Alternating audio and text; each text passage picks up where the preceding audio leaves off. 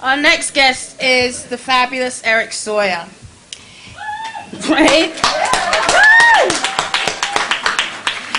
Eric was the first recipient of HealthGAP's Founders Award. He has also accomplished just a few other little things. Eric is the co-founder of ACT UP New York, a co-founder of Housing Works, and a co-founder of HealthGAP. Like I said, just a few little things. And Eric's also currently working at UNAIDS. Eric!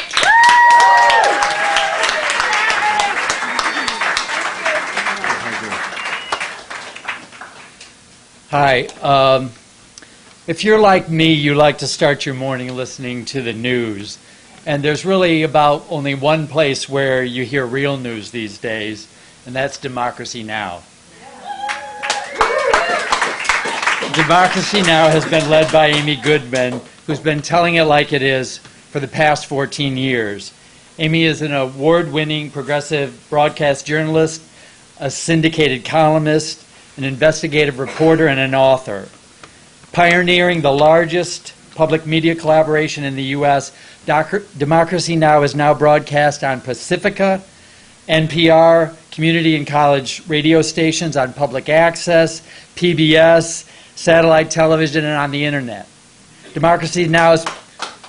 That deserves a round of applause. Democracy Now!'s podcasts are one of the most widely watched on the internet, and the show has been called probably one of the most significant progressive news institutions that come around in a really long time. Since the very beginning of the AIDS activist movement, Amy has been helping the social justice movement speak truth to power. In the early days of the epidemic, when a lot of organizations, news broadcasters, wouldn't publicize our actions or our messages, we'd call Amy and she'd say, sure, come on the show. I had the pleasure of being on her show a number of times. I can't thank you enough for what you do, Amy, and thank you for being here today.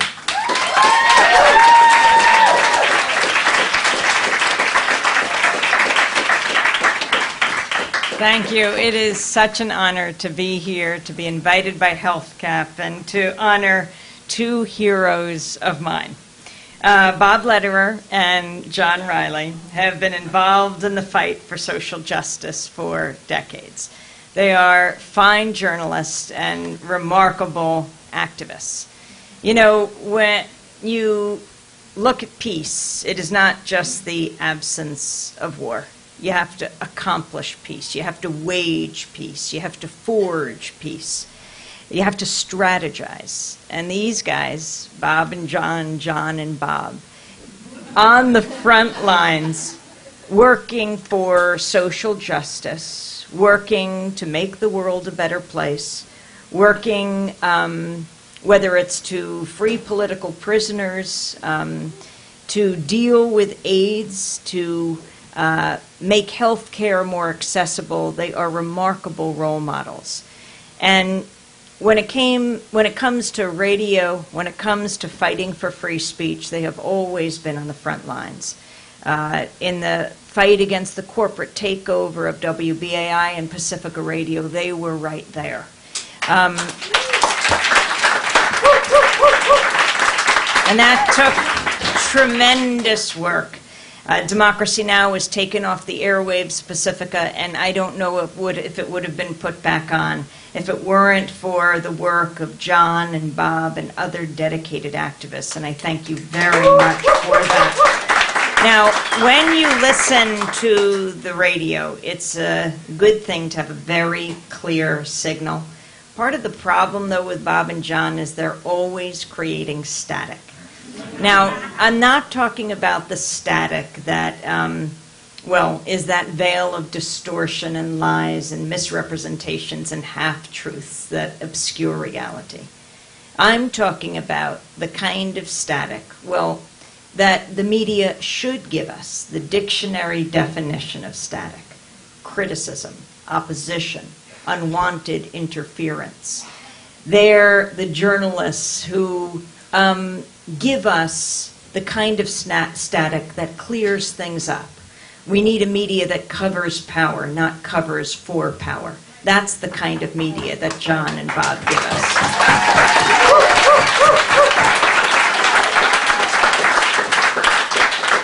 We need a media that is the fourth estate and not for the state. That's the kind of media that John and Bob give us.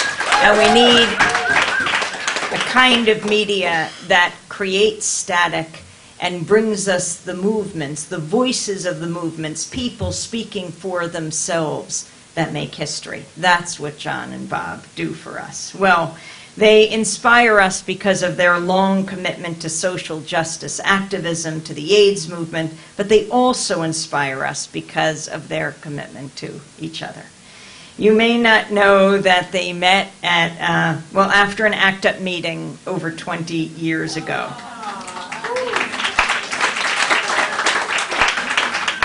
Bob was recruiting young queers to get involved in the case of a man facing the death penalty. John was the one who showed interest in the case. John and Bob walked each other to the subway for several months before John invited Bob out for coffee. Bob, though tireless, almost said he was tired and wanted to go home. Thank God he didn't. He then, though, asked John how things were going with his boyfriend, and John said they had broken up. Thank God they did. Together, they have pushed us to tell the truth, and when that truth is exposed, to do something about it.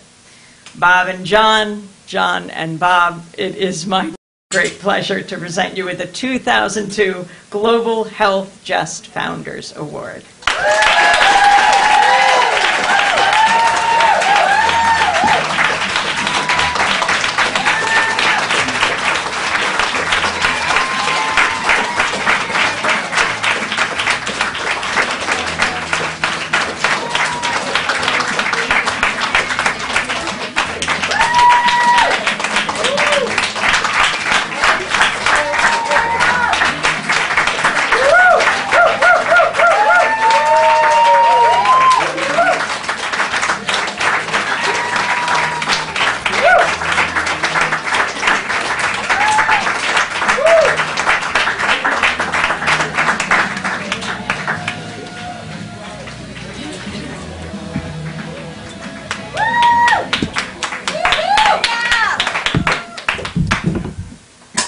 Thank you so much, Amy, on behalf of both John and myself. Thank you for your kind words and for giving us this award, and thank you, Jennifer, and everyone at HealthGap for this great honor. And we also congratulate ACT UP Philadelphia and the Treatment Action Campaign for their richly deserved award for the fight that they have always been leaders in for global AIDS treatment access.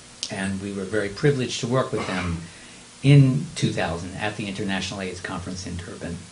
And we want to thank all our friends and colleagues who come out tonight. So first we want to say we were honored and moved to receive this award named after our hero, Dr. Alan Berkman. And we're especially pleased that Barbara Zeller, who's another amazing progressive doctor and AIDS activist, as well as Sarah Zeller Berkman, who herself is also an activist, a committed activist, are part of this event tonight. If it weren't for Alan, there simply would be no HealthGap. John and I knew him as a radical anti-imperialist, political prisoner, former political prisoner and activist, and we also knew others who continued to remain as political prisoners and were AIDS activists inside the prison, like David Gilbert, who had written powerfully about the need to take on the Holocaust of AIDS in Africa. So Alan, drawing on that same passion, as well as his lifelong work as a doctor for the poor, came back from the 1998 International AIDS Conference in Geneva on fire. He was outraged that 2 years after the release of powerful antiretroviral drugs that were dramatically improving survival rates, 95% of people with AIDS in the global south still had no access. And no one at that conference had any plan to address that. But Alan had a plan. He had a vision of a focused, multi-level campaign to generate moral indignation that would force drug companies to slash their outrageous prices and would force the U.S. government to extend massive aid to purchase generic drugs. He asked John and I if we thought that ACT UP would get behind such a campaign, because that would be the key to its success. We brought in the great international AIDS activist who you just met, Eric Sawyer, and the four of us agreed to gather a broad group to see if the idea would fly. About 20 people came to that first meeting in January 1999 of the coalition that would later become HealthGap. One thing that made it so successful was our decision to invite a diverse mix of people, including experienced ACT UPers from ACT UP Philadelphia and New York, with their fierce commitment and brilliant tactical creativity, plus health advocates, policy wonks, and progressive doctors who would fight on another level. One vital player was James Love from the Consumer Project on Technology, a group founded by Ralph Nader. Jamie is a patent lawyer and an expert on compulsory licensing, under which governments can override patents for vital public purposes. I get excited when I hear the phrase compulsory licensing. It brings out the inner socialist in me. While passing around cartons of AIDS drugs manufactured by an Indian generic company, Jamie explained that a year's supply of the combo sold for only $300. After he spoke, we knew that this information was what we needed to blow up the arguments of the politicians and drug companies that the drugs were simply too expensive for the governments to fund universal access. As HealthGap developed and came to be influenced by key players in the global south, such as the Treatment Action Campaign of South Africa and others, the group's willingness to think outside of the box helped us develop other political weapons. When the social justice movement began targeting the World Trade Organization, HealthGap members from ACT UP Philly and New York stunned the Clinton administration by occupying the office of the U.S. Trade Representative on the eve of the battle for Seattle. Later, HealthGap launched a new front by working with the Jubilee movement to cancel the debts of poor countries to international finance organizations. In April 2000, I took part in a protest by 15,000 people at the IMF and World Bank meeting in Washington, D.C. And it was no ordinary protest. It was extremely militant, but nonviolent. And the next day, I was arrested with 700 people doing a nonviolent sit-in outside of the meeting site. While hundreds of us stayed in jail for 6 days, I joined the hunger strike that was protesting sort of the abusive charges that were held against a couple of our activists, which we were demanding that they lower so that everybody got the same charges. And eventually, those charges were dropped.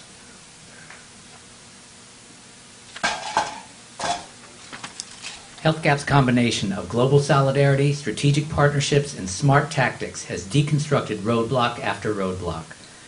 In the first year, the audacity of the affinity group Fed Up Queers, which Jen was a stalwart of, and I won't spell out the acronym, you can figure that out. And several others in the room. Right. Along with ACT UP members, plus a certain Rachel Maddow, disrupted Al Gore's campaign events and generated major media coverage. We won victory after victory, changing Clinton's anti-health trade policies, obtaining the first ever funds for global AIDS treatment, and forcing Big Pharma to slash the prices on AIDS drugs to poor countries. Now we face another obstacle. The administration's claim that it can't fulfill President Obama's campaign pledge to provide $50 billion over 5 years for global AIDS because the economy is too weak. HealthGap has put forth another brilliant proposal.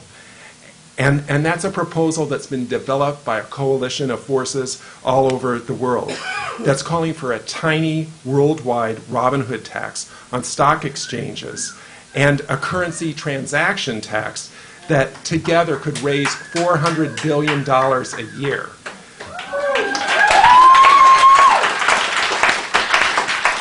That money could be used to fight global AIDS, provide jobs at home, and help the transition to clean energy. Achieving this will take major coalition work, but it's vital if we're to end this epidemic. The history of Health Gap shows that bold thinking and focused action can be a winning combination.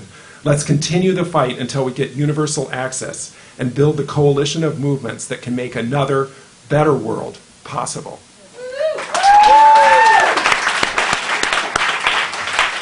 Now, since those first intense 18 months of Health Gap, I've moved on to focus my activism on, as you heard Amy mention, on preserving WBAI Radio and the Pacifica Network as vital outlets for progressive education and for movements for social change, while also working on the campaigns to free U.S. political prisoners. And in that regard, I wouldn't be me if I didn't make an announcement about a crucial court hearing on November 9th in Philadelphia that could, this is important, that could determine whether brilliant black journalist Mia Abu-Jamal will be executed for a crime he did not commit. And see Suzanne Ross in the back with flyers about that event and an important film showing in New York coming up next week. In closing, I want to applaud John and all those who have valiantly continued the struggle for global access to life-extending antiretroviral treatment. And now, just speaking for myself, I'd also like to gently encourage folks active on this issue to consider expanding your agenda to add access to another life-extending treatment, and that is multivitamin supplements. 2 long-term, placebo-controlled, peer-reviewed studies in the developing world found greatly reduced illness and death in people with HIV given simple nutrient supplements. The Harvard AIDS Institute director said, quote, "This is exciting because it costs literally pennies and can ward off the time when you need to begin treatment with expensive and toxic drugs," unquote. So think about that potential to extend lives. If you want a paper detailing this, go to wbaihealthaction.org or see me afterwards. Again, thanks to everyone for this great honor. Keep up the fight. Act up. Fight back. Fight AIDS. Act up. Fight back. Fight AIDS.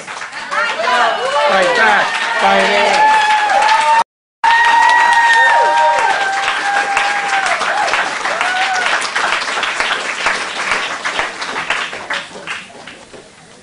So, Bob and John are very particular about the truth, as you know. And so it was 18, not 20 years. Sorry, I exaggerate. I'm Irish. I like to, make it a little bit better.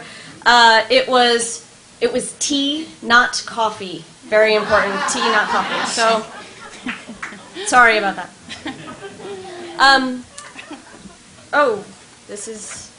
What are we saying? Health Gap was conceived in a small vegetarian restaurant in the West Village.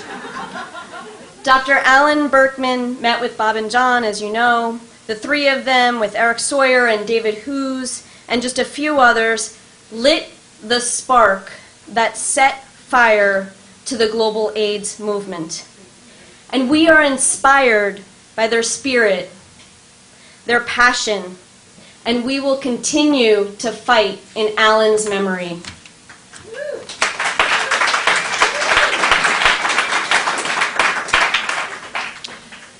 That's left to me to say that fire is growing weaker, and we need you to fan the flames, now more than ever. Wear the hats. The hats are going round again. Throw the paper in the hats and fan the fire. Thank you.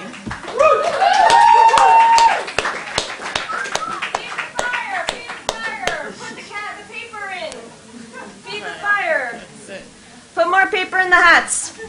All right, so thank you. Here's the end of the evening where we can start subtly having the music playing. Thank you particularly to the Health Education Project, 32BJ, and my hero, Jessica Shearer. Thank you to Magic Hat Beer. Thank you to Empire Merchants, Jack Daniels, Glandia Vodka, Sonoma Cutter, Nunu Chocolate, Stop and Shop. Thank you to T. Richard, Eustacia Smith, Carly Grossman. Thank you to tonight's volunteers, particularly the amazing Celeste Lavin, Josh Thomas, Ramon Velasquez. Not that loud, turn it down a bit. Cameron Craig, Laverne Holly, Jeremy Saunders, Sumitra, thank you to Health Gap, staff and steering committee, the board, Stand Up steering committee and board members. Some of them are right here. Thank you to DJ T-Rex. Don't leave until you drink all of the donated alcohol and dance to the tunes of DJ T-Rex. Most of all, thank you to each and every person in the room. You are a vital part of the global AIDS movement, and I am honored to be in your presence. And now this is the moment that you have all been waiting for. Not Rachel Maddow, not Amy Goodman, not Annie Lennox. It's the raffle. Anybody is going to buy a raffle? The raffles are $1. $1. $20 gift certificate to the amazing Nunu chocolates. Fancy chocolate you'll have forever.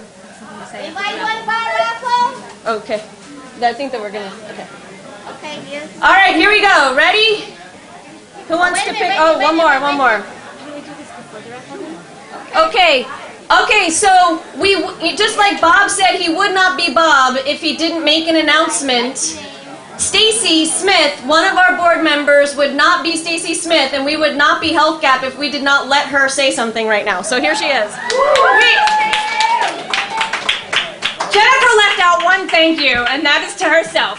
We want to say thank you to Jennifer Flynn, who organized this event and did so much amazing work to put this together.